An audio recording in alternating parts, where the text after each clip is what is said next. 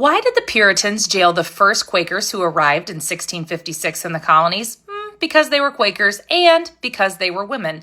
Their books were burned, they were locked up for 5 weeks, and even searched for so-called witch marks. The two women were Mary Fisher and Anne Austen, both in their early 30s, both converts to a radical new faith known as the Quakers, or the Religious Society of Friends.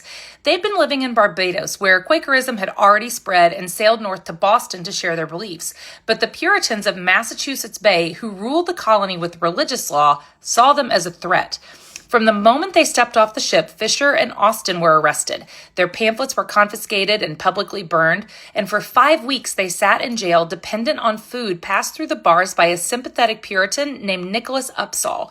And when their ship was ready to sail back to Barbados, the authorities essentially deported them. What made these two women so dangerous? Well, Quakers believed that every person could hear directly from God, no ministers, no hierarchy, and that women could preach alongside men. To the Puritans, that turned their entire world upside down. Mary Fisher would go on to preach across Europe and even speak before the Sultan of the Ottoman Empire. But in Boston, she and Anne Austen were treated as criminals simply for daring to speak. History remembers the Puritans, but it should also remember these two women whose courage terrified a colony.